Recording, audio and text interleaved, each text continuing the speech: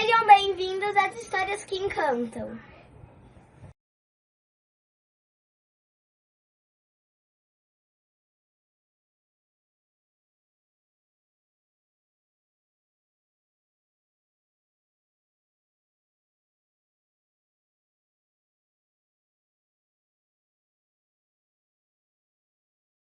Do mundo, bom dia para alguns lugares do mundo também, né?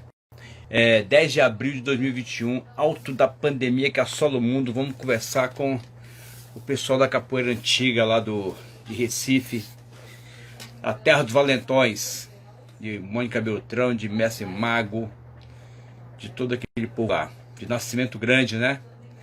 Então aqui aguardar o Mestre Mago para poder estar aqui com a gente, falar um pouquinho das histórias dele. Oi, Letícia, bacana, minha querida, bom te ver aqui. Você é uma luz aqui, brigadão, tá? Belzinha, Mestre Mago, meu querido Mestre Mago entrando aqui, rabo de arraia. Vou te mandar agora, mestre. Beijo, Letícia, brigadão. Angélica.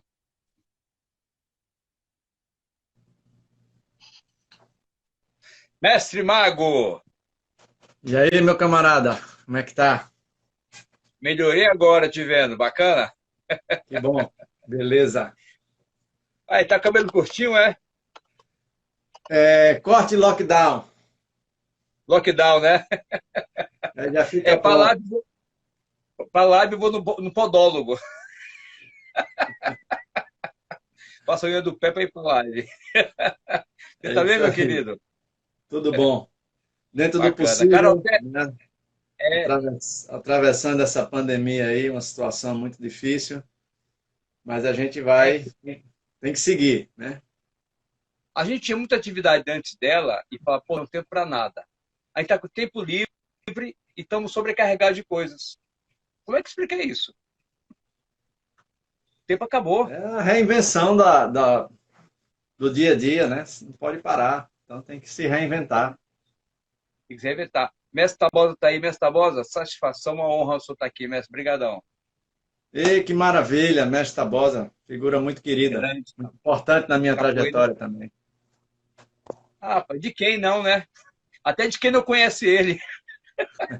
É verdade. Até de quem não conhece. Mestre Tabosa carregou no braço aqui, tá legal? Tem uma moça aqui, o Carol Terra, eu te mandei um recadinho lá no teu privado, por favor, tá? Acho que foi no Instagram que eu mandei. Você dá uma olhadinha. Mestre Mago, a satisfação enorme estar com o senhor aqui. Eu já tenho se visto algumas vezes, né? Nessa vida de capoeira, você se viu o quê? 5 vezes, 2, 3, poucas vezes. Um em Recife, eu lembro, até a gente jogou. Depois foi no Tocantins, né? Isso. Tocantins. Com certeza Maravilha. essas duas vezes. Exatamente. E marcou, porque sem lhe conhecer tão bem, o respeito. É porque, na verdade, quando um homem faz algo, tem uma boa produção, tem um bom trabalho, tem uma boa índole, o nome dele vai na frente, né? Anunciando, ele vai chegar daqui a pouco, entendeu? Isso é um desses homens aí, tá? É uma satisfação estar aqui com o senhor, tá? E, Satisfação é minha. tá bacana, legal. Tá confortável a filmadora? Tá bom pro senhor aí? A posição? Tá, tá. Tô só aumentando o volume. Para mim tá bom. Maravilha, o importante é isso. Então, meu querido, o que nós queremos saber é o início de tudo. Como é que o senhor adentrou da capoeira? Como é que a capoeira começou a melhorar a sua vida? E como é que o senhor, com a sua intensidade, começou a melhorar a vida da capoeira? Foi quando? O início de tudo. Olha, eu comecei capoeira começo dos anos 80, 82, 83. Eu não consigo lembrar exatamente o ano, porque foi um período difícil, assim, porque minha mãe não queria que eu fizesse capoeira. Então, o meu início de capoeira foi escondido da minha mãe, enfim. Então, para mim é um pouco difícil lembrar exatamente qual o ano, mas é entre 82 e 83. E eu morava vizinho ao mestre Mulatinho, Hum, e na garagem da casa dele funcionava um espaço, uma espécie de academia, onde ele treinava várias coisas, né? Ele também vem de outras lutas, ele praticou E, judô, taekwondo, boxe, e sempre foi muito desse mundo do treino, né? E aí tinha um pouco de peso, tinha saco para bater, tinha barra, tinha paralela, tinha uns tatames. Então, ele tem um irmão que é da minha idade e aquela patota da rua de ah, meninos começou a ter, quando chega nessa idade, 12, 13 anos, né? Começa a ir ixi, para ruas, começam as festinhas e tal, e aí também um certo interesse em aprender algum tipo de luta, a história dos filmes de Kung Fu em alta, Bruce é, Lee em alta, tá Rock, doido. né, o filme de boxe de Rock, o Lutador, de Sylvester Stallone em alta, então tudo isso vai preenchendo o nosso universo de adolescência, e aí a gente começou a pedir para que ele ensinasse a gente a lutar. E aí eu comecei a Ah, treinar lá na garagem da casa dele, não era capoeira, era uma hum, mistura dessas artes que ele praticava. Ele chamava, inclusive, de jiu-jitsu, se referindo mais ao jiu-jitsu tradicional, que tem. Era uma luta mais para rua, e tem chão, tem hum, murro, tem tudo, né? O jiu-jitsu tradicional. Depois é que ele se especializa mais nessa coisa do chão, o jiu-jitsu brasileiro, né? Que é uma especialidade assim do jiu-jitsu como um todo. Enfim, e também nessa época trabalhava um rapaz, morava lá, dormia lá, um rapaz que era aluno do mestre Mulatinho, chama Gel, professor Gel, era professor de capoeira e boxer. E Gel tem umas amizades, tem duas meninas que treinavam com Birílico e Adel, tá ouvindo, né? tô ouvindo, tô E, ouvindo. E atento. Ah, a Edna chegou aí, a mestra Edna mandou um abraço pra gente. e que Beijão, beleza. querida Edna. Obrigadão. E aí eu, através dessas meninas, pela primeira vez, vi um pouco assim de ginga. O mestre Mulatinho falava de alguns golpes, martelo, chapa, ponteira e tal, que a gente treinava. E ele dizia, olha, isso aqui na capoeira chama assim, isso aqui no taekwondo chama assim. Mas eu nunca tinha visto capoeira. E essas meninas apareceram lá durante o dia para treinar um pouco mais com gel, para se preparar melhor para o batizado. E aí a gente começou a brincar, eu já sabia os golpes. Então elas me ensinaram um pouco a ginga e eu achei interessante. E aí, num sábado, o mestre, o professor Gel, ia para uma roda de rua muito tradicional aqui, que é a roda da Praça do Diário, a roda onde o mestre Teté comandava, e todo sábado Gel ia religiosamente para essa roda. E um desses sábados ele me levou.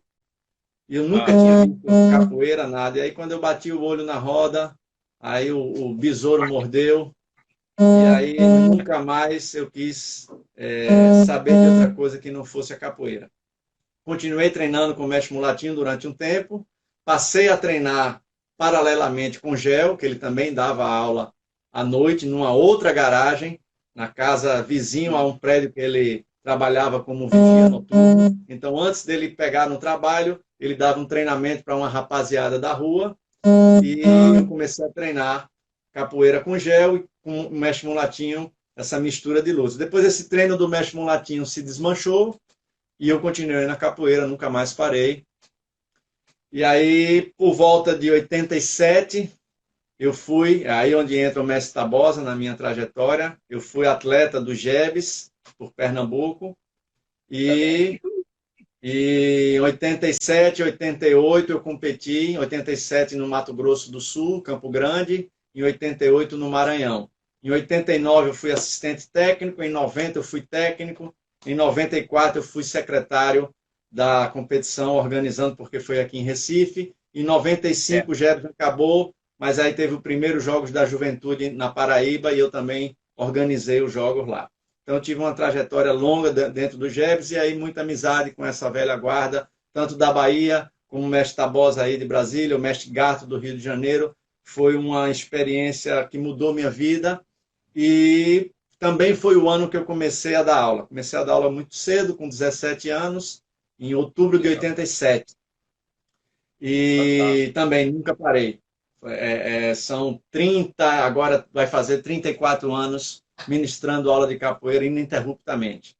Então, E aí essa experiência do Gebes veio para dentro das aulas, veio para dentro da vontade de estudar mais a capoeira, conhecer mais, e aí a gente foi se especializando na busca em relação à capoeira mais tradicional, a capoeira Angola e a capoeira regional. Então, isso depois se tornou uma metodologia que hoje é a marca do trabalho que a gente tem no Centro de Capoeira São Salomão, que é trabalhar com a capoeira Angola e com a capoeira regional, preservando suas raízes e em busca, né, dessas tradições e desses fundamentos permanentemente. Então, Maravilha, querido. Bela trajetória. O engraçado é que a sua mãe proibia, né? E você, talvez, a primeira ginga, você aprendeu com mulheres, né? As meninas foram lá por causa sim, do batizado do mestre Purisco e do mestre Purisco, o Birilo. outro é o Birilo, Mestre, é. Eu mestre lembro por dele, isso, Birilo, cara, do grupo Chapéu de exatamente. Couro na época. Sim. Eu tive o prazer de conhecer o Birilo, mas não conheci o mestre Purisco. Eu morei em Recife aí. Eu fui primeiramente em Recife em 83. Aí quando eu conheci até o Linguado lá no Santos Dumont, né? Andei um pouquinho com ele lá, mas depois eu andei umas 2 voltas com ele por lá, em alguns eventos, pós de capoeira. Aí vim embora para Brasília, depois só voltei para. Morei em Recife 2 anos, lá no IPSEP. Não, perdão, dois irmãos, que era da Sim. faculdade, da palestra sobre teologia, filosofia, um monte de coisinha, então ficava ali rodando ali. Aí ia para Arco Verde, Pedra, Buíque, entrei aquele sertão todinho dando palestra ali pro pessoal. Era de bode a gente pegava palestra, vacilou, era bem legal. Mas essa questão de você ir para a atividade e não era capoeira, você vislumbrou a capoeira com as meninas. E como é que foi você, como já um aprendiz de luta, porque não era capoeira, era luta assim, né? Mista. Como é que você, qual é o impacto de você ir para uma roda de capoeira e ver aquela coisa tão sui generis, né? Tão estranha, tão diferenciada, com a música e Mas, tudo mais? E aquela roda ali, eu estive naquela roda, nunca joguei nela, mas é ah, complicado aquela roda, hein? Não sei como é que é hoje, mas quando eu fui lá, em 80 alguma coisa, sem chance de jogar. esse período, a roda de rua sempre tem o seu mistério e sua força, né? E é sempre um espaço para o inesperado, né? Roda de Exato. capoeira já é o espaço para o inesperado. E na rua tem sempre esse elemento a mais.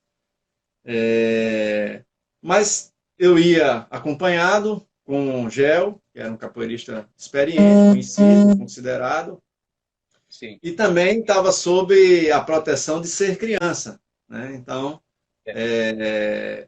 tinham poucas, tinha mais um ou dois meninos que de vez em quando apareciam, nem sempre iam, mas às vezes tinham crianças assim mais ou menos do meu topzinho. Mas a, a roda não era diferente de quando você conheceu, certo? Então a Não. roda, o, o, mas tinha toda a coisa da música, da Sim. brincadeira. O Gel chegava cedo, então eu pegava a chegada dos capoeiristas, aquele bate-papo descontraído, aquelas brincadeiras que sempre tem dentro desse nosso universo. E, enfim, então já tinha também um processo de primeiro ir fazendo essas amizades e tudo mais, então ficava um ambiente tranquilo no sentido de poder participar. E fui também algumas vezes acompanhado do mestre Mulatinho. Mas é isso, Ah, esse conjunto de movimentos de corpo, também de luta, porque tinha umas cabeçadas, tinha umas quedas, tinha uns chutes que chegava mesmo, e a música, e esse espírito de brincadeira, tudo isso me encantou de uma maneira que eu não sei nem explicar, certo? Mas eu gostava de estar ali, eu gostava de vivenciar aquilo, eu gostava de estar me sentindo parte daquele universo. Isso permanece até hoje. Toda vez que eu chego na roda de capoeira, essa emoção, esse prazer de ser capoeirista me toma totalmente e é a coisa que eu mais gosto de fazer na vida é ser capoeirista. é muito interessante, né? Opa! Opa, voltamos. Maravilha. Então, mestre, a perspectiva do menino numa roda daquela ali Eu acho que esse desejo e essa ânsia de estar na roda de capoeira, essa ansiedade. Eu, particularmente, toda roda que eu vou, eu sempre frio na barriga. Eu adoro isso. Quando eu não sinto aquele frio na barriga é raro, eu fico assim, tá legal. É bom as pernas tremer, que depois que você vai dar o primeiro jogo, né, a coisa some. Eu acho que isso é conexão. Mas o menino. Opa, tô aqui, mestre. Eu estou aqui, estou lhe ouvindo. Um menino. Bacana, vamos falar. Então, um menino de 12 anos de idade não jogava bola em Recife, não? Só queria saber de capoeira? Eu jogava bola bastante, e é uma coisa também interessante. Após a Hum, capoeira, toda essa minha brincadeira corporal para fora, como joga bola, eu também fiz natação, quer dizer, tudo isso, todo esse universo, fiz vôlei um pouco, todo esse universo de movimentação física terminou, parou. Né? Meu interesse era 100% na capoeira. Então eu fui me dedicar totalmente à capoeira e não me arrependo de jeito nenhum. a capoeira é uma coisa bem fantástica, porque ela entra, acho que entra no imaginário infantil como uma composição de seus heróis, né? Eu suponho que seja isso. Você conseguiu ouvir? Sim, sim, Eu acho que ela constrói, né? Porque toda criança quer ter um herói. Quer ter um pai herói, um amigo herói, um herói de televisão. E na capoeira, quando a gente vai pra capoeira, a gente conta aquele monte de cara grande, aquele monte de cara forte, que a gente não é que é pequeno, né? Qualquer um é maior do que ele. E acho que isso cai muito no imaginário. E a criança acaba se sentindo. Quando é aceita naquele ambiente e ela se sente integrada ali, ela fica fascinada. E acho que isso aconteceu contigo, que ficou assim grudado na capoeira. sim, com certeza. A capoeira é um universo muito rico. Então, Sim, ela não para de te trazer elementos para você viajar, para você aprender, para você trocar, para você se fortalecer. Quer dizer, eu continuo, meu tipo físico, eu continuo sendo normalmente o mais magrinho, o menor. Então, foi uma coisa que também me acompanhou. Mas a capoeira te dá esse poder de você acreditar em você, independente de qualquer coisa, você ter o seu espaço de expressão.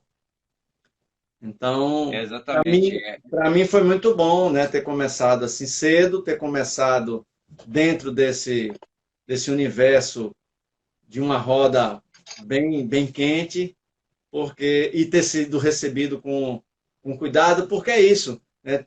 Em geral, todos os capoeiristas, os mestres e tal, têm um cuidado. Por mais que a roda seja dura, mas se tem uma criança, existe um respeito. Né? Se tem um mais velho, existe um respeito. Normalmente, né? Às vezes escapa, né? Isso também faz parte do aprendizado. E foi muito importante para mim, né? Todos esses na época, mais velhos e que de alguma maneira me receberam com respeito, com cuidado. E é isso, eu também estava acompanhado, né? Eu não chegava sozinho, eu também fui com o mestre Mulatinho, eu passei desde sempre, né? Eu tive um contato, tenho um contato muito forte, o mestre Mulatinho é padrinho da minha primeira filha, e nesse período, a gente tem uma diferença de 10 anos de idade, então eu tinha 12 anos, 13 anos, ele já era um homem de 23, era um jovem, mas já era um homem.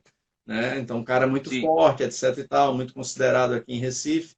E eu passei a ser chamado e conhecido como filho de Mulatinho, porque eu estava em Ah, que tudo. legal. Todos os batizados, todos os lugares, ele me levava para tudo. E isso também era um cartão de visita importante. Não, sim, com certeza, absolutamente. Mas essa questão de estar com essas pessoas também ajuda o seu ingresso e sua tranquilidade. E o Gel, eu sempre a gente vê o Mulatinho, já tenho ele aqui em contato, conversando esporadicamente, né? Eu sei que o mesmo Mulatinho está na ativa. E o Gel, ele está na capoeira O ainda? gel, Parou? o gel um pouco depois, uns dois anos depois, ou três, que eu treinava, ele começou a fazer segurança particular. E aí não tinha horário. né? Ele ficou à disposição desse patrão dele que viajava, e, enfim. Então, para onde esse patrão ia, Gel fazia a segurança dele. Então, perdeu essa possibilidade de ter aquela coisa de horário para dar aula, né? Precisa de uma disciplina, uma constância. Então, Gel afastou um pouco, e aí eu voltei a treinar com o mestre Mulatinho. A pedido meu, ele abriu uma turma, mas não daquela mistura, uma turma de capoeira, porque eu queria continuar treinando. Depois o mestre Mulatinho voltou para Brasília, em 86, e aí eu passo a treinar, aliás, em 85, ele volta para Brasília e me deixou treinando com o mestre Birilo e Corisco na Católica, no Grupo Chapéu de Couro. Então eu passo 5 anos no Grupo Chapéu de Couro, treinando com o mestre Birilo, e depois o mestre Birilo e Corisco se separam. Birilo funda a Meia Lua Inteira, eu fui um dos fundadores da Meia Lua Inteira em 1990, 91, que foi o ano da minha formatura, e passei mais 7 anos na Meia Lua Inteira. Em 97 eu saio e fundo o Centro de Capoeira São Salomão. Então, Gel ainda veio para o Chapéu de Couro, eu trouxe Gel para o Chapéu de Couro, ele passou algum tempo, mas ele ia assim quando podia, esporadicamente. Ele nunca mais conseguiu voltar até aquela constância na capoeira. O que foi uma pena, porque era um capoeirista brilhante, uma figura muito alegre, um excelente capoeirista, muito rápido, muito versátil, e foi muito importante no meu início de capoeira, porque como minha mãe proibia, ele ajudava para que eu continuasse. Então, por exemplo, que legal. Eu não podia levar roupa de capoeira, não podia sair com roupa de capoeira ou chegar com roupa de capoeira. Então, muitas vezes, Gel ficava com minha roupa de capoeira, lavava minha roupa, certo? Além de conseguir uma bolsa na academia que ele ministrava aula. Ele também dava aula numa academia de ginástica, e eu treinei nessa academia como bolsista. Então, eu acho que foi por perceber esse interesse tão genuíno, tão grande da minha parte, que aí também todo professor se interessa em apoiar e ajudar esse aluno que quer aprender realmente, quer ser capoeirista realmente. Então, eu tive sempre essa receptividade por parte dos mestres. Foi assim com o Gel, foi assim com o Mulatinho, foi assim com o Birilo, foi assim com os mestres fora do estado, né? Essa velha guarda, o mestre Tabosa sempre conversou muito comigo, me respondia as perguntas, me contava as histórias que eu perguntava, porque a graduação que foi usada aqui em Recife durante esse período que eu comecei a capoeira era, na época, uma graduação unificada em Recife, e era a graduação exatamente criada pelo mestre Tabosa, então ele me contou toda essa história. Enfim, eu sempre tive muito trânsito com esses mestres, por causa, eu acho, né? Aí é uma interpretação minha, por eles perceberem que ali tinha um capoeirista de verdade, que amava a capoeira e que queria aprender a ser capoeirista. Fantástico. Esse questionamento surgiu hoje no Facebook, alguém comentou se o aluno tem que ir atrás do mestre ou o mestre tem que ir atrás do aluno, né? Eu falei assim, peraí. Eu acho que os dois devem andar juntos. Só que antes o aluno tem que mostrar o seu valor para o mestre observar ele, ser chamado a atenção. Aí sim, depois os dois andam juntos. Porque o mestre tem 4, 5, 6, 7 alunos. Mas o contrário também é verdade. O mestre também tem que mostrar o seu valor para que o aluno tenha interesse de ser aluno dele. Então, eu acho que para onde você olhar, as coisas sempre são, toda relação, ela é de mão dupla. Ela tem que ir, que tem que vir. Não, com certeza. Mas o mestre por si só, se ele está ali na frente ali, tipo assim, quando o Gel precisou te ajudar, ele já revelou o valor dele, né? Mas por que ele revelou o valor dele para você? Porque você, antes disso, mostrou o valor dele, mostrou interesse nele. Se você fosse desinteressado, é como na roda lá. Se você for desinteressado, nem para a roda você iria. E se aparecer sozinho, talvez não fosse bem visto. Eu acho que o aluno mostra o seu valor, porque o mestre já está ali mesmo. entendeu? Porque, de repente, o mestre não tem condição de mostrar individualmente o seu potencial, o seu valor para cada aluno, porque tem uma sala cheia. Então, ele mostra o trabalho, o aluno que se destaca vai se aproximando. Isso eu acho mais natural. Aí, depois que se conecta todo mundo, é todo mundo anda junto, entendeu? Eu acho que essa é uma boa construção. Falando de Mestre Tabosa, ele realmente é um grande diferenciador da capoeira no mundo, né? Brasília, todo mundo usava essa graduação dele. Quando eu fui para Recife, eu vi as pessoas usando uma graduação igual também. Só que eu não tinha noção, era novo também. De anos depois, eu fiquei sabendo que foi da criação de Mestre Tabosa, né? Tanto quanto, acho que foi se não me falha a memória, pode corrigir você ou quem souber, ele reestruturou o GEBS, né, que tinha parado no tempo, e foi pela iniciativa dele e alguns mestres que o GEBS retornou a existir aqui no cenário nacional. Na verdade, o GEBS não parou, né? O GEBS, a capoeira entrou no GEBS em 85,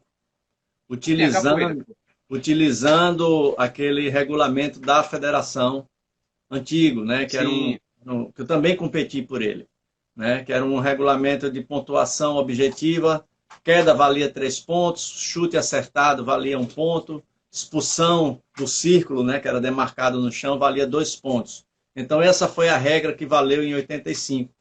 E deu muita confusão, né? Deu brigas, enfim, não funcionou muito bem. Até porque os capoeiristas tinham sempre nesse âmbito da competição, sempre foi espaçado. Às vezes tinha durante 1 ano, 2, parava, passava 3, 4 anos sem ter competição nenhuma. Então, precisa-se você também ter uma educação para a competição. Você se educar para aquilo, você praticar aquilo, até você também se adaptar ao sistema. E muitas vezes, quando você vem da roda natural da capoeira para dentro de um sistema de competição, às vezes é confuso para o capoeirista entender e muitas vezes funciona mal. Como tinha esse regulamento de pancada, vamos dizer assim, então isso dificultou mais ainda. E aí, no mesmo ano que a capoeira entrou, que foi em 85, foi em São Paulo, inclusive eu não fui por questões da equipe aqui, mas eu estava classificado para ir, quase que sai. Houve uma insatisfação muito grande por parte da organização, e aí quase a capoeira sai do GEBS no mesmo ano que entrou. É aí onde entra a figura do mestre Tabosa, porque alguém que fazia parte dessa organização maior do GEBS propôs que se continuasse, propôs que se chamasse alguém para se fazer um regulamento específico para a capoeira, mais adequado a esse ambiente estudantil, porque era para a escola, né? E aí o mestre Tabosa vem e começa a organizar esse regulamento que funcionou muito bem durante todos os anos que ele teve na coordenação, que foi de 86 até 90. Então, em 90 ele saiu e aí desandou um pouco, mas a gente recuperou em 94 e em 95. E é isso. Entendi. Em 90 eu participei aqui em Brasília. Acho que foi o último, foi em 90. Foi em Brasília, foi isso? O último foi em 90. Aí a capoeira saiu, não sei exatamente por quê, mas o mestre Tabosa não estava mais na coordenação. Quem coordenou foi o mestre Zulu. E aí teve uma retirada da velha guarda, isso criou muita insatisfação também. Enfim, não funcionou muito legal. E a capoeira saiu do GEBS. Aí em 94 foi o último GEBS, que foi em Recife. E aí a capoeira voltou. E aí a gente recuperou um pouco todo aquele esquema que a gente viveu até 89. Então foi uma experiência muito rica. O que você falou é bem interessante mesmo, porque eu não era capoeirista que treinava para campeonato. Era de roda mesmo, de academia. E meu mestre me botou no GEBS. Ou alguém me botou. Eu nem sei como fui parar no GEBS lá. Para ser sincero, eu nem sei como fui parar lá. Eu participei. Opa, tá aí? Tô aqui. Mestre, deu uma travadinha. Pessoal, os dois estão travando. Para mim você não travou não, tá tudo bem. Tudo bem, né? Então tudo bem. Qual foi o ano que você participou do GEBS? Rapaz, eu fui, foi lá no... Mestre Tabosa tá aí, ele até pode corrigir a gente, você também deve saber. Foi no Teatro Nacional em 90. Até que eu tenho uma infinidade de fotos, cara. Tava Itapuã, tava João Pequeno, tava Paulo dos Anjos, tava Onça Tigre, tava Tabosa, tinha gente pra caramba. Ezequiel tava lá também. Eu tenho todo esse material guardado, algumas filmagens, continhas de filmagens, né? E eu participei desse campeonato. E eu que tinha ganhado uma das classificações. Mas depois eu não consegui me adaptar direito, porque tinha várias regras, várias pontuações, e eu acabei sendo desclassificado em uma das categorias. Mas por quê? Porque eu não estava adaptado aqui àquela realidade. Para mim era roda normal, jogo normal, né? Tanto é que eu joguei com um rapaz que ele até morreu, que ele não gostava de mim, não sei por quê, né? Não lembro. Aí era o toque de Angola. Aí ele fez a chamada, quando ele passei a chamada aqui assim, ele me chamou. Eu tive que entrar. Aí ele, na entrada, sacana, botou o dedo assim no meu olho. Eu puxei, aí foi o dedo no meu nariz, ficou apertando. Quando acabou a chamada, a lágrima descendo aqui assim, ó, porque aperta o rosto, né? Mas eu não podia pegar ele e levantar, porque era jogo de Angola. Se eu pegasse ele, jogasse, eu ia ver que eu fiz algo errado. Mas ninguém viu que ele estava ali enfiando o dedo na minha cara, querendo me arranhar. E eu com o rosto assim, com o dedão assim na minha cara. Eu levantei, assim, a lágrima descendo. Assim. Aí, o mestre Tabosa confirmando a história lá, tá vendo? Foi convidado em 85, recusou, e aí, como ele recusou, usaram o regulamento da confederação, e aí a coisa não foi bem, e aí ele foi chamado novamente, aí ele aceitou e fez um novo regulamento, e a coisa funcionou bem. Ah, legal, legal, legal, legal. Ô, mestre Mago, se você foi formado em 90, o teu certificado é da Federação de Pugilismo, né? Os meus certificados, até antes da formatura, são todos da Federação de Pugilismo de Recife, né? A Federação Pernambucana de Pugilismo, Departamento Especial de Capoeira. Exato. Que o mestre Mulatinho fazia com certificados assim. Então, normalmente, toda a galera aqui que estava um pouco mais organizada passava por esse sistema, né? Mas depois os grupos ficaram mais independentes, então criaram seus próprios certificados e muitas vezes não tem vinculação com a federação. Eu acho que na minha formatura já não tinha essa vinculação. Né? Eu também recebi esse aí. Mas vamos voltar um pouquinho mais no tempo lá da sua história. Como é que é dar aula de capoeira com 17 anos de idade? Em um momento que a capoeira não era tão difundida, entendeu? Como é que foi a experiência? A partir da metade dos anos 80, até inclusive com esse impulso do GEBS, porque isso movimentava também de forma local, né? Então todo ano tinha aquelas seletivas, então foi um período de muita movimentação de capoeira aqui em Recife, mas não só essa questão do GEBS, em geral, a capoeira estava estourando na cidade como um todo. Então tinha muitas rodas na praia, tinha muitas apresentações nas escolas, tinha muitas rodas nas feirinhas típicas. Aqui tem 2 lugares que tinham uma feirinha muito famosa, que era o Alto da Sé em Olinda e a praça do Terminal de Boa Viagem. Então na Praça do Terminal de Boa Viagem tinha uma feirinha típica todo domingo, tinha ciranda, barracas com comida típica, artesanato, etc. e tal, e roda de capoeira. Todo domingo a gente fazia roda lá. Então a capoeira estava muito difundida e aí começa a ter uma procura muito grande de escolas que não tinham capoeira até então e também de academias. Então foi também o período em que a academia de ginástica e musculação em Recife também estourou. E aí todas as academias queriam ter no rol das suas atividades a capoeira que estava em alta. Então começou a ter uma procura muito grande e essa procura foi maior do que a quantidade de professores que existia na época. Então foi aí que eu comecei a dar aula, porque havia essa procura e não tinha tanta gente para dar aula. E eu já tinha uma certa experiência, já estava com 5 anos de capoeira, já tinha viajado algumas vezes para o Nordeste, já tinha competido a nível nacional, então já estava ali, e com essa vontade, essa sede de ser capoeirista. Então, pintou uma academia relativamente perto da minha casa, inclusive de dois brasilienses, o Willer e Vera, eram dois jovens assim de 20 e poucos anos que tinham vindo de Brasília para Recife e eram dessa área de educação física e tal, e abriram uma academia. E aí foi o primeiro espaço, legal. foi o primeiro espaço que eu dei aula, uma turminha à tarde, de 4 horas.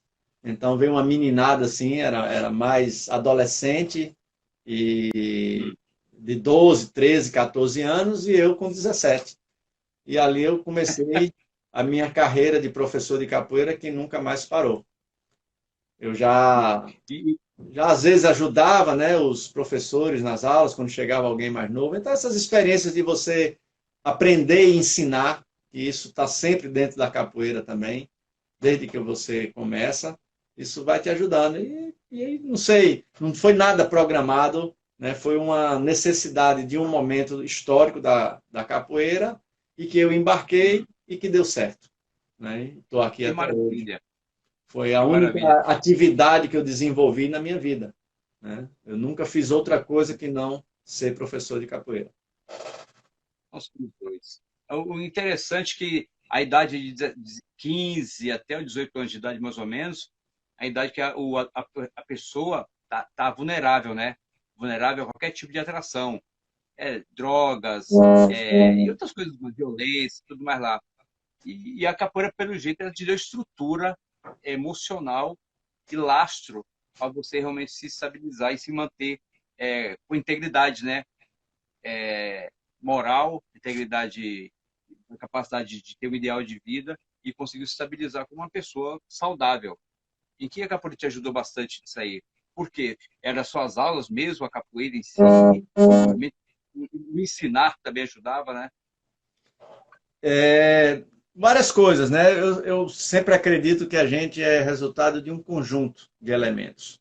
Né? Então, primeiro, a minha família. Né? Então, eu sou o terceiro filho de 4, criado por uma mulher. Minha mãe ficou viúva muito cedo. Eu tinha 3 anos de idade apenas.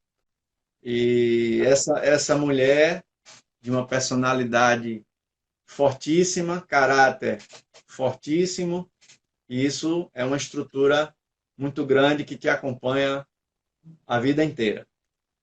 Depois, então essa é a base, é a primeira, né, o primeiro pilar da minha estrutura como pessoa. Depois a capoeira, né? E aí dei a sorte de ter encontrado figuras como Gel, como Mestre Mulatinho, né? E depois, já um pouco mais entendendo, né, a dinâmica tanto da capoeira, e começando ainda muito jovem, né, a prestar atenção nas coisas do mundo, mas a partir dessas referências, me manter equilibrado. E o interessante é que a capoeira é um ambiente que te apresenta tudo. Eu tive perto de tudo, certo? Muito próximo a tudo. A drogas, né? Alguns capoeiristas jovens como eu eram usuários de maconha ou estavam experimentando até outras drogas bem mais pesadas. Então, eu vi gente cheirar cocaína, eu vi gente tomar remédio com bebida alcoólica, enfim. Então, eu vi tudo isso muito de perto. E era interessante, eu não tinha interesse por isso. Tinha a voz da minha mãe permanentemente dentro da minha cabeça, né, me guiando. Tinha alguma coisa que me freava nesse sentido. O receio era maior do que a curiosidade de experimentar. E depois disso, mais ou menos estabelecido, que minha posição era sempre recusa quando era oferecido, Então, isso se tornou uma coisa que outras pessoas perceberam, até também pessoas que conviviam comigo e que eram usuários, eram capoeiristas, mas eram um pouquinho mais velhos do que eu, 3, 4 anos mais velho, o que naquela época fazia muita diferença, que eu era um garoto de 13, 14, aí o outro tinha 17, 18, já estava mais, e essas pessoas me protegiam. Então, muitas vezes, esses colegas de capoeira, não. Ele está dizendo que não é não. Deixa ele quieto, tal. Então, essas situações, isso me fortalecia, porque aí eu ganhava força para segurar a minha recusa. Porque muitas vezes, o que acontece com esse jovem que você coloca como vulnerável, que é verdade, é que a insistência em ser oferecido, ele termina cedendo e entrando, e às vezes, infelizmente, alguns jovens fazem caminho que não tem volta. Muitos não, experimentam, brincam, se divertem, isso faz parte da juventude. Eu também bebi, eu também experimentei outras coisas, mas aí já um pouco mais, como é que se diz? Mais maduro, né? E nada me desequilibrou, né? E também a coisa do... E aí vem a história de estar, né, com a mente ocupada e a ideia de ser capoeirista, de treinar e as competições, quer dizer, todo esse universo que tinha, que era maior do que esse outro universo da juventude que faz parte, mas que precisa ter muito cuidado. E se você tiver pessoas que te protejam e se você tiver também uma base familiar que te sustente, isso faz a diferença totalmente. Com certeza. A voz dos pais reverbera na gente por causa da construção até dos paradigmas, né? Dos paradigmas, a programação que é construída na criança, entendeu? Então, tipo assim, tem pessoas que produzem medo, né? Tem pais que têm uma educação que produz medo. Então, uma criança dessa vai ter problemas no futuro e a primeira oportunidade de sair de casa sai. Se tiver dependência emocional, vai morrer velho dentro de casa com a mamãe e com o papai, porque é uma construção a gente vê isso aí. E outros não, né? São mais abertos, mais livres. E eu passei um processo parecidíssimo com o seu, que na capoeira também, olha, não na capoeira, na minha rua em Brasília tinha tráfico de drogas e meu pai me proibia de capoeira porque capoeira é coisa de marginal. Na capoeira ninguém nunca me ofereceu nem um cigarro, nem fumava, o mestre nunca fumou. Mas na porta de casa ofereciam. Ofereciam não, para aqueles que não oferecia, ninguém oferecia nada. Mas eu via, né? Eu tinha que pular os caras na porta da minha casa, chegava em casa, apanhava porque eu era capoeirista, eu era marginal. Quer dizer, uma loucura. E ninguém nunca me ofereceu nada. Mas a presença da pessoa da capoeira, com o mestre, a capacidade dele passar, transmitir a capoeira que ela deixava a gente meio protegido, impermeabilizado, sem nenhuma condição de estar usando droga. E quando eu vi alguns alunos assim, que depois se dava de capoeira, eu lembro lá em Brasília, eu andava assim na rua, aí quando eu via, tinha algum outro aluno do outro lado da rua, com um cigarro na mão, não, ele jogava, pegava sem amassar, jogava fora. Eu jogava, a gente via, né?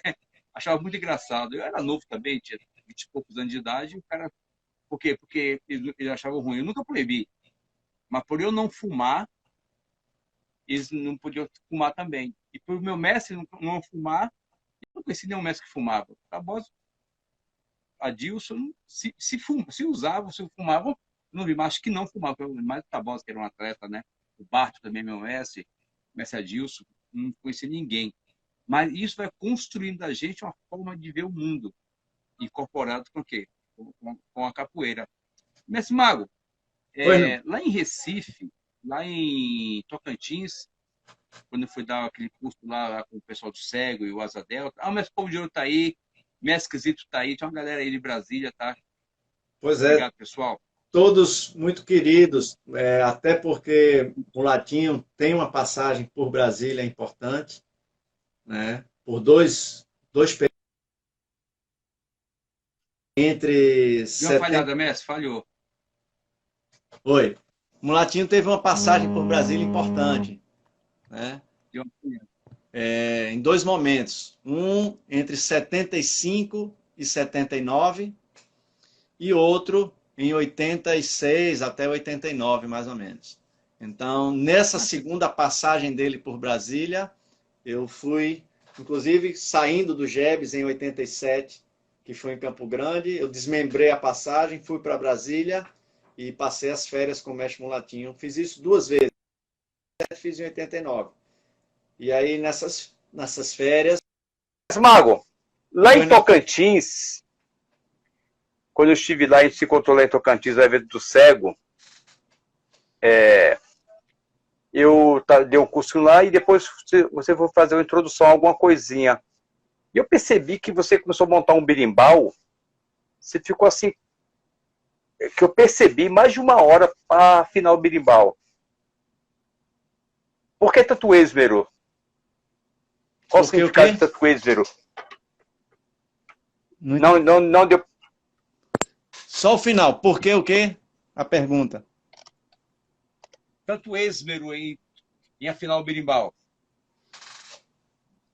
Bom, às vezes é interessante assim, porque às vezes as pessoas lembram de certas coisas que por algum motivo chamou a atenção e às vezes eu não lembro, né? Então não lembro dessa coisa. Normalmente eu tenho muito cuidado com o berimbau, né? Essa parte musical da capoeira é uma parte que também me interessou muito, sempre. Na verdade, a capoeira agora tá perfeita de novo. Que loucura nessa internet. Então, aí a história do berimbau. Essa parte musical também foi uma área da capoeira que sempre me interessou demais, desde que eu comecei. Eu comecei a fabricar berimbau ainda garoto. Até para poder também ganhar algum trocado, para poder estar na capoeira, né? Passagem de ônibus. Minha mãe não dava colaboração, então eu fui através da capoeira também me virando. E então o interesse pelo berimbau veio assim, ainda muito garoto, e já fabricando e tocando e querendo aprender, etc, etc. E enfim, então às vezes, principalmente quando a gente está fora da nossa terra, né, e pega um instrumento diferente, às vezes para chegar no som que você deseja, às vezes demora mais um pouco. Então provavelmente foi isso. Algum berimbau que eu peguei e estava vendo que ele ia chegar no som que eu desejava, mas precisava mexer aqui para cá, para lá, até que chega, né? Ou chega o mais próximo. Às vezes não chega, mas chega mais perto do que você está acostumado, né? Que você, na verdade, assim, é uma das coisas que você tem que botar o berimbau para a sua voz, né? Se você vai cantar. Então, você vai ali procurando e você quando já faz isso há um certo tempo, você já tem mais ou menos a ideia daquele som que você precisa para cantar, enfim, depende do que era. É isso que eu estou falando. Às vezes, o que chama a atenção de alguém, né, no seu caso, né, você de alguma maneira lhe chamou a atenção, eu ali, mas eu nem lembro. Para mim é uma coisa tão corriqueira que já é uma coisa natural, né? Mas o que com certeza é o cuidado de colocar o berimbau na melhor voz que ele tem e também que esse berimbau me sirva para cantar. Interessante. Essas sutilezas que a capoeira ensina para a gente, né? É que eu chamei a atenção sempre para poder a gente discursar sobre esse assunto que é tão importante e que sabe que em lugares, aqui em São Paulo eu estive em Rosa, por exemplo, que você não escuta o berimbau, tem muita coisa boa. São Paulo é uma terra assim que tem uma diversidade de capoeira assim extraordinária. Eu estou aqui há quase 30 anos, rodo todo final de semana muitos eventos, conheço muita gente, e todo evento que eu vou, eu conheço assim, muita gente nova que eu nunca tinha visto. E eu falo de professores, contramestres e mestres, entendeu? Então, assim, é uma profusão de pessoas gigantescas que São Paulo é. Mas algumas vezes você vai num evento assim, você não consegue escutar o berimbau. Eu até apelidei, né, que é o Atabaque Gunga. Ele que tá comandando ali o ritmo, né? Aí tu fica ali, aí fica aquela coisa meio engraçada. Aí teve uma vez que teve uma pergunta de um rapaz, até o Mescal tava lá, aí me deram o Gunga, né? Eu falei, Cal, fica com o Gunga, porque, pô, você é mais velho que eu. Não, fica você que você é mais velho, entendeu? Eles fizeram brincadeira, eu acabei ficando no Gunga. Ah, São Bento Grande, vamos lá, pá, tô tocando lá, aí chegou um rapaz assim, mestre, acelera o toque, queria fazer homenagem para o nosso mestre vai se formar. E que toque que eu toque? São Bento Grande, eu não tocando São Bento Grande, tô errado? Não é mais rápido. Eu, pô, mas é a casa do cara, né? Vou fazer o quê? Acelerei. Mais rápido. Aí eu acelerei. Toma um berimbau, meu querido. Toca você. Eu não sei tocar isso. Tá entendendo? Até depois eu falei né, pro pessoal, poxa vida, se era uma coisa ritualizada, já ensaiada, vocês deveriam pegar o instrumento e fazer, né? Porque pega a cara que chega em cima da hora, você sabe o que está acontecendo. E assim, um ritmo muito grande, você vê que você não dá tempo de gingar, né? E não dá para maturar. Ontem eu conversando com a Simone, que é a esposa do Gustavo Longe, professora Raposa, eu mencionei para ela a questão da tradição do capoeirista mais antigo, né, que é muitas vezes diferente do mais jovem, que isso é totalmente natural por causa do tempo, né? Aí fiz um curso Mestre Brasília, até lá, você com você, gingando. Aí tocaram o instrumento lá, eu, mais devagar, tá muito acelerado, Léo. Desculpa, mestre. Mais devagar, tá muito rápido. Aí o cara tava assim, ó, tá muito rápido. Então giga aqui, mestre, eu não sei como é que faz essa giga, não. Que eu estava fazendo um movimento que ele queria que eu fizesse, só que eu não estava achando o tempo certo, um momento específico. E quando ele fez, que é uma pessoa que não era aluno dele, era outra pessoa de capoeirista visitante também para o curso, ele fez a ginga lenta e entrou no tempo certo. Aí, olha só como é que é a coisa, né?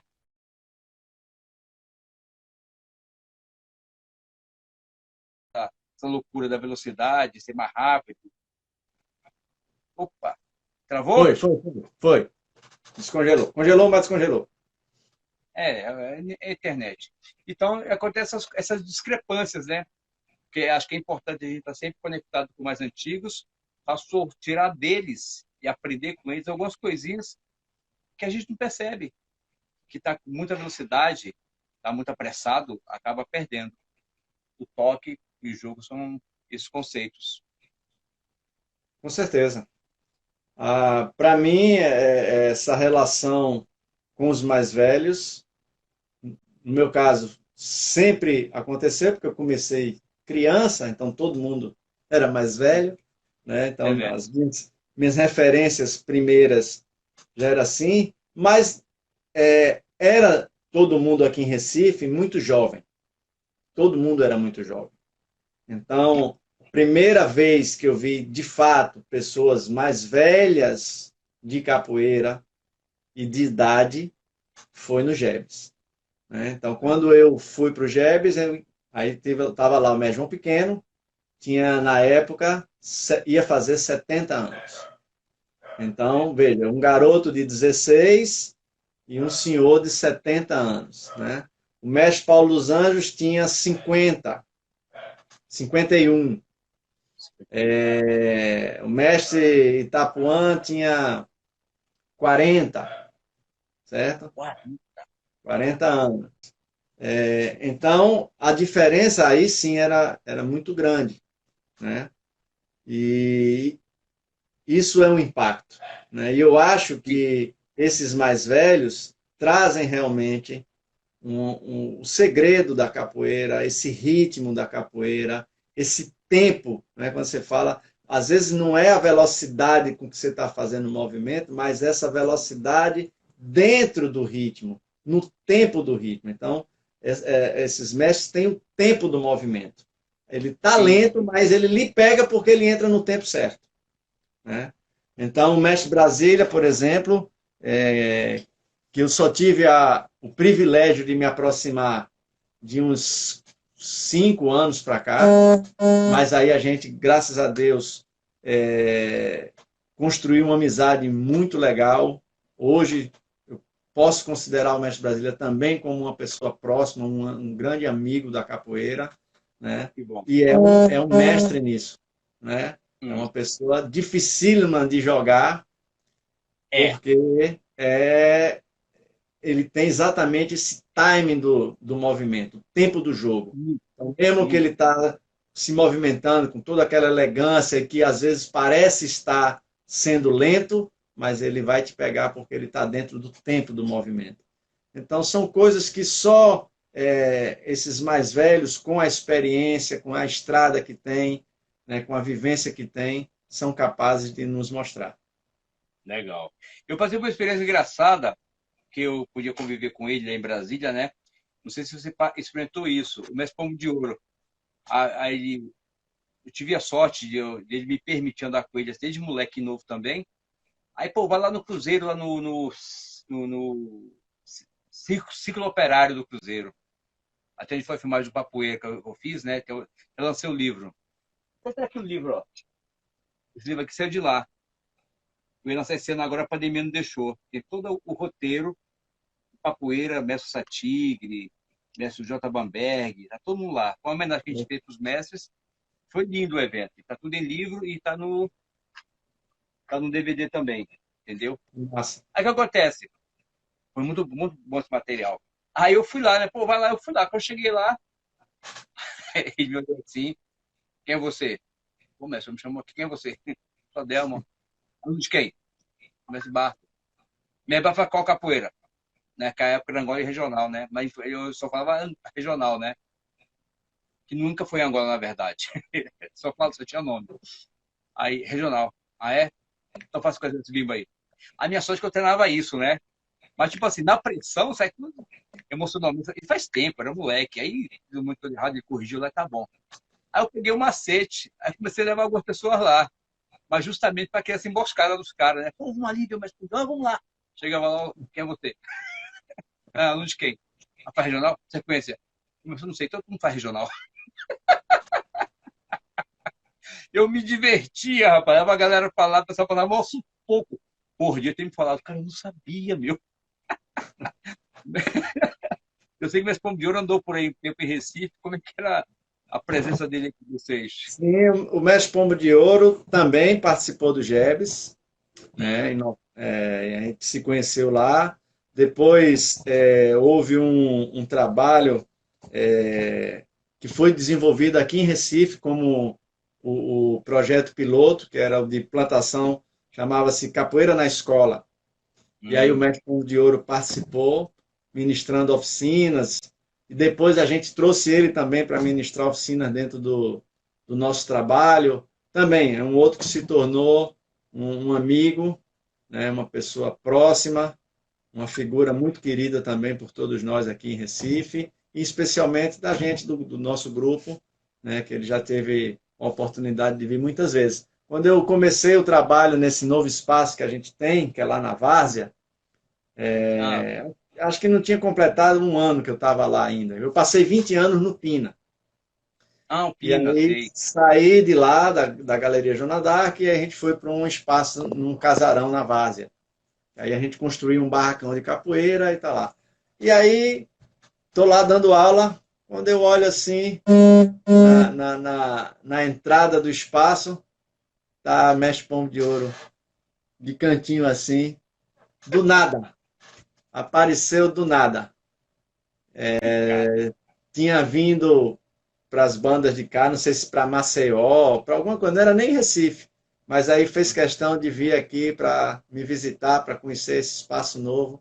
Então, essas coisas assim, esses presentes desses mais velhos, que nos dá muito estímulo, né, para continuar firme, né, e nos lembra dessa responsabilidade que a gente tem com a capoeira e com eles, com esses mais velhos, que passaram tanto para a gente.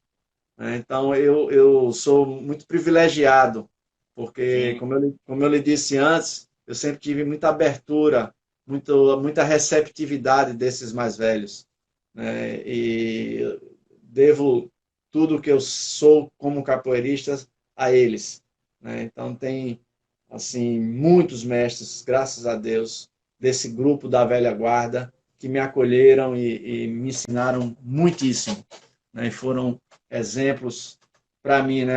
Ainda agora estava olhando aqui no chat, Sapo, que é um contramestre de capoeira que mora no Canadá, um capoeirista muito bacana, figura humana também maravilhosa, é pernambucano, daqui Opa, de Rio Doce, Olinda, e foi muito moço ainda lá para o Canadá, e está lá, tem uma família, tem um grupo de capoeira, e a gente se encontrou no Mestre Acordeon, num dos batizados do Mestre Acordeon, que eu frequento desde 2001.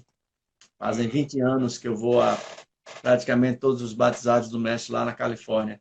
E aí ele conta aqui um pouquinho da história do berimbau também e tal, que ficou feliz de me ver lá tocando e sendo tratado como um filho assim pelo Mestre Acordeon. Ele ficou que, mar- orgulhoso. É. que Então, o maravilha. Mestre Acordeon é mais um desses mestres que me acolheu e que a gente tem uma relação assim muito próxima, quase como de pai e filho. É uma relação que eu tenho com muitos mestres, de essa coisa paternal. Isso é E para importante. mim é uma alegria muito grande. E é interessante porque é isso, né? Eu perdi meu pai, eu tinha 3 anos de idade. E aí, de certa maneira, fui adotado por esses mestres de capoeira vida fora. Isso, Que para legal. mim, preencheu um espaço muito importante. Com certeza, não substituiu não, mas preencheu bastante. Eu tenho uma teoria pessoal minha em relação à questão da conexão do aluno com o mestre de capoeira. É assim, e tem a ver com genética também. Uma célula do seu corpo revela você, correto? Uma pessoa que, sei lá, está sem documento, está sentado na rua, o DNA descobre quem ela é, isso é óbvio. E pode ser o DNA da pele, da mucosa, do cabelo. Então, uma célula revela o todo. Um mestre de capoeira, na minha concepção, um mestre mesmo, um mestre mais antigo, tem toda uma trajetória constante na capoeira. Eles representam o todo. O mestre João Pequeno representa a capoeira, ponto final. O mestre Tabosa representa a capoeira e ponto final. Ele representa, porque ele é um representante legítimo, nesse sentido. Então, é o seguinte, quando você conquista o mestre, você conquista a capoeira, porque ele representa a capoeira. Quando você conquista vários mestres, você se torna igual a eles, por osmose pura, entendeu? Pela relação, você vai entendendo as palavras, as conversas, os gestos, e você vai agregando em você também esses elementos. Aí, depois de você tanto agregar informação em você, você já tem subsídios para construir a sua personalidade para dentro daquela linha dos mestres. Eu consigo dessa forma, essa relação. Por Legal, isso, interessante. é interessante, porque um rapaz jovem assim, a pessoa olha assim, pô, já tem uma certa maturidade, você não vê que é tão novo assim, o cara tem 40 anos de idade, já parece que é um homem já bem mais maduro, né? Porque um homem mesmo, vamos supor, vamos botar você que tem essa relação profunda com esse mestre. Pega um amigo seu com a mesma idade, final de semana festa, final de semana barzinho, boteco, e vai pro futebol e curte a vida doidadão, tá curtindo pra caramba. A, os estímulos que eles têm são diferentes. Os dois vão chegar nos 40 anos com a mesma idade. Mas o estímulo de um é totalmente diferente do outro. Não estou comparando maturidade. Estou comparando estímulo. Entendeu? O que a capoeira vai precisar para estruturar uma pessoa mais íntegra, mais centrada? Relacionamentos, postura, entendeu? É o objetivo de vida, prática diária de uma atividade saudável, entendeu? Então, quer dizer, isso constrói fisicamente o mestre e emocionalmente também. E atinge o quê? Atinge a maturidade. Isso é óbvio. Muito mais cedo do que o botequeiro. Não que o botequeiro não tenha chance, é claro que tem. Gostei dos 40 anos. Eu já estou com Coisa de mim, 50. 40 anos. Eu já estou com 50, então se está aparecendo até 40, tá bom demais. Tá bom demais, meu Deus. Já tem 50 já, é? Cinquentinha. Vou, Parabéns. Vocês são vou fazer cinco, 51 agora em setembro, né? já passou da metade, né? Não sei, eu pretendo chegar aos 120. Então vou chegar à metade ainda, tá bom. É que nem o Vai chegar. Espinafre. Meu Espinafre até meu quer chegar até os 110, quer passar de 10 pastinhas. Tomara, mestre. Uma coisa que você falou é interessante, né? Essa paixão pela capoeira, esse afeto pelos mais velhos, esse entendimento do valor que eles têm e essa foi uma coisa que me veio intuitivamente, né? Eu era muito garoto para ter um entendimento consciente assim daquilo, mas tinha um gosto natural por estar perto deles. Então, por exemplo, no Jebs era muito comum que a galera mais jovem, todos, né, da mesma idade que eu, queriam passear na cidade. Por exemplo, estava em Brasília. Ah, vamos lá no shopping, vamos na Asa, não sei o quê, enfim, fazer qualquer passeio, né, que fosse. E se eu tivesse com esses mais velhos, eu dizia, bye bye, podem ir, meu shopping é aqui. Então, o meu prazer maior era estar com eles, né? Então, em nenhum evento de capoeira que eu fui, que esses mais velhos estavam, eu me desliguei deles, eu me descolei deles. E até muitas vezes rolava as brincadeiras, né? Dentro do próprio grupo. Ah, o Maga é baba-ovo de mestre. Então, eu levei muito esse Sim, sim. nome. E também não me arrependo de maneira nenhuma, porque para mim, na minha formação de capoeirista e de gente, foi absolutamente fundamental. Com certeza. E o seguinte, Mago, se alguém perguntar, poxa, você sabe de alguma história dos mestres? Você sabe, né? Você escutou ali. Eu tinha hábito, quando eu era moleque em Brasília, tirar muita foto. Eu viajava carro, eu não comprava tênis nem nada. Ia lá, comprava mais fotográfico. Tem um monte de foto. E o pessoal, Adelmo, para receber, já vai gastar dinheiro com fotografia, só do grupo, né? Pode deixar. Eu tenho mais de 5 mil fotos analógicas antigas. Aí hoje o pessoal fica procurando. Agora tem vezes, né? Pô, tu tem que as fotos lá? Não sei não, meu. Tem que procurar. Sabe como é que é? Pô, eu investi pra caramba. Investi tempo, dinheiro. Deixei de jogar bola. Comprar um chute para comprar uma máquina fotográfica. Na mesma forma você, que teve a possibilidade de escutar in natura e direto na fonte, e o pessoal estava no shopping. Depois vai perguntar, pô, sabe daquela história? Não, não sei não.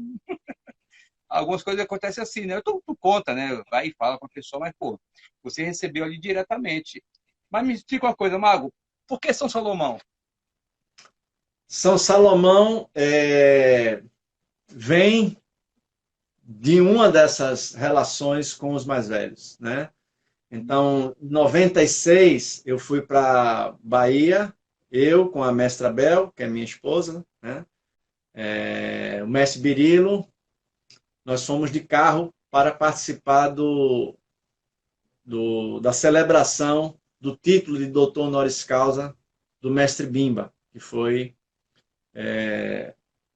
promovido lá pela Universidade Federal da Bahia.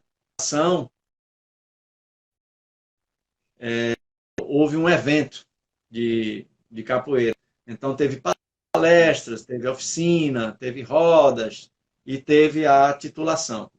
E nesses momentos estava presente o mestre Decânio, o doutor Decânio, que inclusive foi, se não me falha a memória, foi a porta de entrada novamente no mundo da capoeira. O mestre Decânio, depois da ida do mestre Bimba para Salvador, ou para Goiânia, se afastou da capoeira, Sim.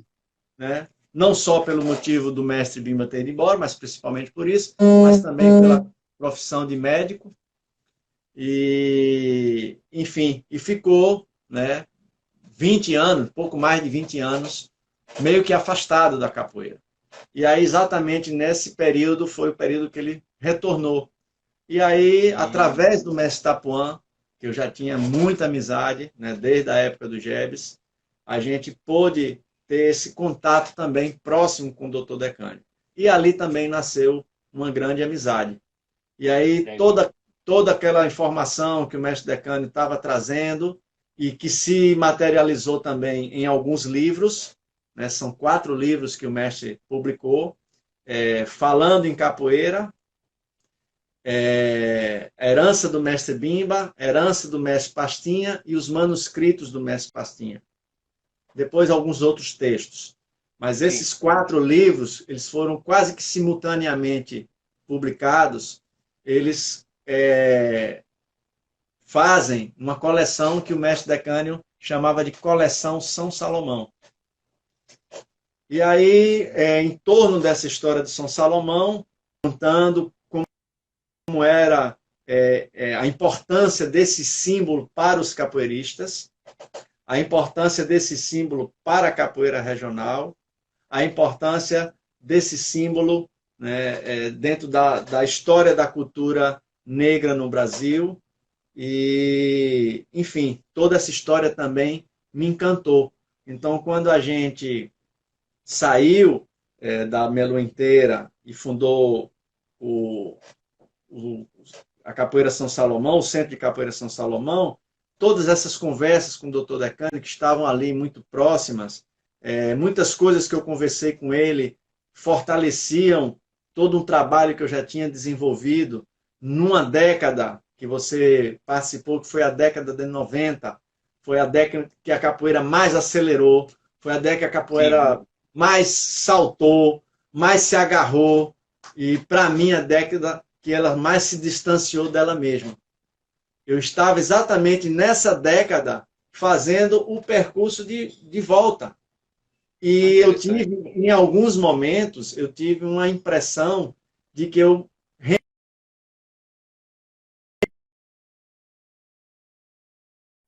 vezes, rapaz, eu acho que eu tô... não pode estar todo mundo indo para o lugar e eu querendo ir para o outro, na outra direção. Isso não pode estar muito certo. Então eu comecei a me questionar nesse sentido. E aí vem o Dr. Decânio, e me mostrando com sua vivência, com sua experiência, com sua fala, com seus escritos, que aquilo que estava vendo, estava querendo construir, não era a invenção da minha cabeça, não era loucura, era uma coisa que fazia parte, né, da capoeira e que era importante ser mantido. Então, aquilo foi um sopro assim de força muito grande para que eu continuasse em frente naquela ideia de capoeira que eu já vinha desenvolvendo há quase 10 anos. E aí foi um conjunto também de coisas, como ele disse, eu sempre acredito no conjunto das coisas. Então, escolher o nome São Salomão é uma homenagem ao Dr. Decânio e todo o seu pensamento sobre capoeira, que eu me identifiquei e me fortaleci muito nele. É um resgate do uso desse símbolo dentro da história da capoeira e da minha história de capoeira, porque o mestre Mulatinho aprendeu capoeira no Grupo Senzala do Rio de Janeiro, que foi fundado por 2 alunos do mestre Bimba, e tanto o mestre Bimba como o Grupo Senzala têm o signo de Salomão como seu símbolo de referência. Certo? Então está dentro da minha história de capoeira, e o símbolo em si, que é um símbolo de proteção, certo? E como eu estava começando um trabalho de capoeira, saindo de um grupo, depois de 12 anos de convivência, e todo o desgaste que isso tem, toda a complexidade que isso tem, eu precisava de proteção. Então eu fui me agarrar também nesse símbolo de proteção. E a própria história do rei Salomão, né, de reinado justo, reinado próspero, que eram coisas que a gente queria trazer para o nosso dia a dia, né? Abundância, riqueza, prosperidade, justiça, equilíbrio, né? E aí depois a história, né, do símbolo significar também um ponto de equilíbrio, uma espécie de yin yang, de encontro de energias, de feminino e masculino, quer dizer, então uma conjuntura muito grande de coisas que também intuitivamente a gente escolheu, não foi uma coisa assim que eu fiquei, tudo veio muito pronto, as cores do grupo, o nome.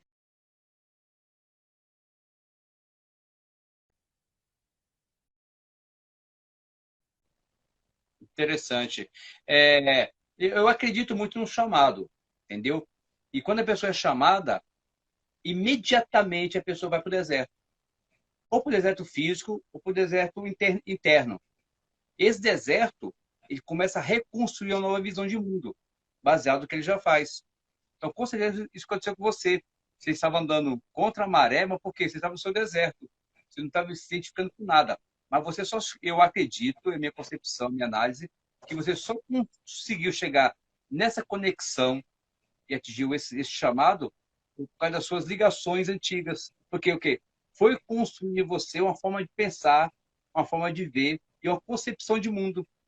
Então, quando você via essa concepção de mundo e via o que estava acontecendo, não encaixava, não batia, não te satisfazia, porque você estava procurando algo diferente. Nem maior e nem menor, nem pior e nem inferior. Algo que te satisfazesse, que estava relegado ao passado, mas também que estava fluente em outros ambientes. E esse deserto fez o quê?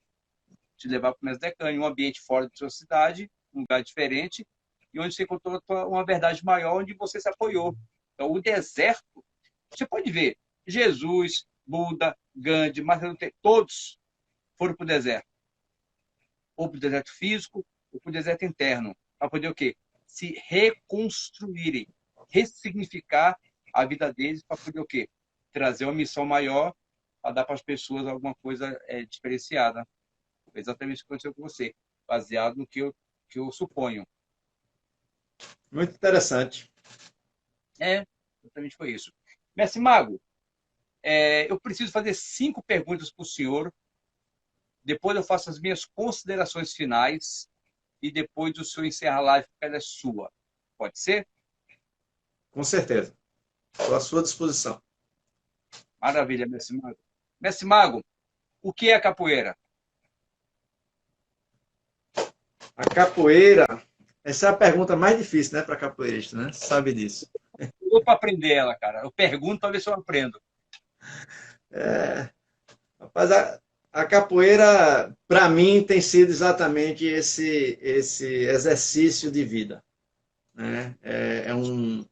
Uma manifestação na qual a gente aprende a viver, né? Com a realidade diversa como é a vida mesmo. Então, na capoeira não tem certo, não tem errado, não tem melhor, nem tem pior. Tem situações diferentes e que você, sendo capoeirista, você vai caminhar dentro dessas situações e vai aprender as lições que cada situação dessa traz. E aí, no meu caso, eu quero, né, sempre ter a capoeira como uma coisa que faça com que eu melhore enquanto pessoa, né? E quero trazer isso para as pessoas que estão mais próximas, né? Que são as pessoas do grupo, mas em geral. Eu acho que a capoeira é um organismo hoje mundial. Então, aonde eu estiver dentro da capoeira e a oportunidade que a capoeira me trouxer para essas trocas, eu quero ser um veículo de contribuições positivas, né? Para mim e para todo mundo. Maravilha. Fantástico, fantástico. Mestre Mago, lá dentro do senhor, quem mora lá? Quem é o senhor? Eu sou um capoeirista, apenas, né? Um eterno Boa. aprendiz, certo? Uma pessoa muito curiosa, sou uma pessoa alegre, sou uma pessoa que pensa positivo, que gosta de ver o melhor da vida, que, apesar de não negar as dificuldades e conhecer as dificuldades também, mas se é para valorizar alguma coisa, que a gente valorize o que é de melhor e não o que é de pior. Maravilha. É isso. Excelente, mestre. Mestre Mago, os jovens merecem vivenciar a capoeira? O jovem merece. Vivenciar a capoeira? Eu acho que o jovem precisa vivenciar a capoeira, né? Era muito bom que todo jovem, toda jovem desejasse vivenciar a capoeira. Seria muito interessante, né? Ou que a gente tivesse programas, seja na escola, ou, enfim, né? Programas de alcance maior, que aí só o governo que pode fazer isso, proporcionasse a esses jovens de todos os lugares do nosso Brasil a vivência da capoeira. Eu acho que é uma manifestação cultural fundamental para o entendimento de quem nós somos enquanto indivíduos e também enquanto nação, enquanto povo, né? E acho que a capoeira traduz isso para a gente muito bem. Fantástico. Muito bom, mestre. Obrigadão. Mestre Mago, o que você espera da capoeira?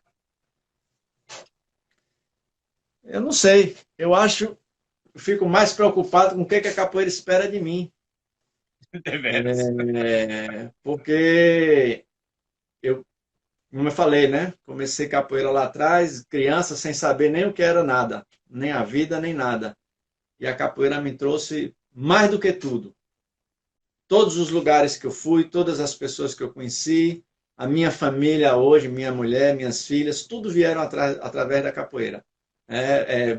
Mestra Belzinha, ela me conheceu na minha formatura, em 90, indo assistir a formatura foi no Teatro do Parque, e aí eu fui o orador, e a minha oração foi cantar a ladainha de mestre Tony Vargas, certa vez perguntar a seu Pastinha.